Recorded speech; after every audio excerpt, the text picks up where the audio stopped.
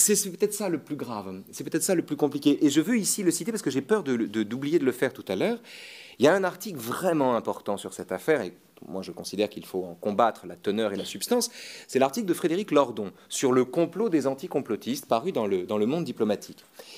Et c'est un article tout à fait intéressant d'ailleurs dans sa démarche, mais pour le dire très vite, au début de ce papier, Frédéric Lordon se propose d'expliquer qu'au fond, il pense le complotisme un peu comme Nietzsche pensait le divertissement.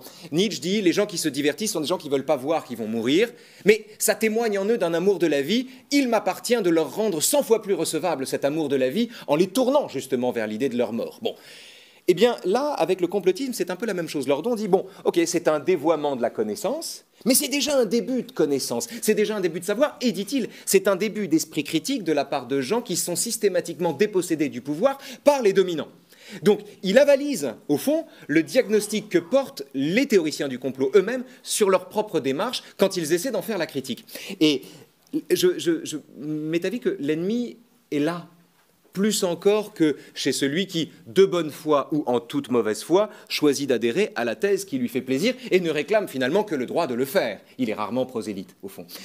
Alors que celui qui valide cette thèse ou qui donne à celui qui soutient cette thèse ou qui y adhère, qui, au lieu de lui dire qu'il s'éloigne de la connaissance ou qu'il lui tourne le dos, lui donne le sentiment qu'en agissant de cette manière-là, il exerce son esprit critique et il est moins dupe que les autres, même s'il se trompe, celui-là, c'est l'adversaire. C'est l'adversaire de l'anticomplotisme, c'est-à-dire, à mon sens, l'adversaire de la démocratie.